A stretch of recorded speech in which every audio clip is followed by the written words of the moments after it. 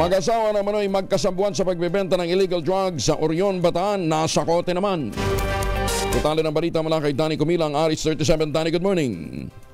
Arestado ng mga tauhan ni Orion Municipal Police Station Police Captain Ian Binluan ang mag-asawang sina alias Marco 42 at alias Irene 36 anyos matapos mahuli sila sa isang bypass operation na isinagawa sa Barangay Lati, Orion, Bataan. Nasamsam mula sa mga nadakip na suspect ang ilang plastic sachet na naglalaman ng hinihinalang shabu. Na-recover din mula sa kanila ang 1,500 piso na ginamit na mark money.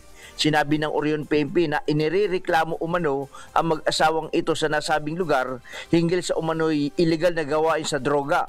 Kaya agad nilang ikinasa ang operasyon na nagresulta ng pagkakahuli sa mag-asawa.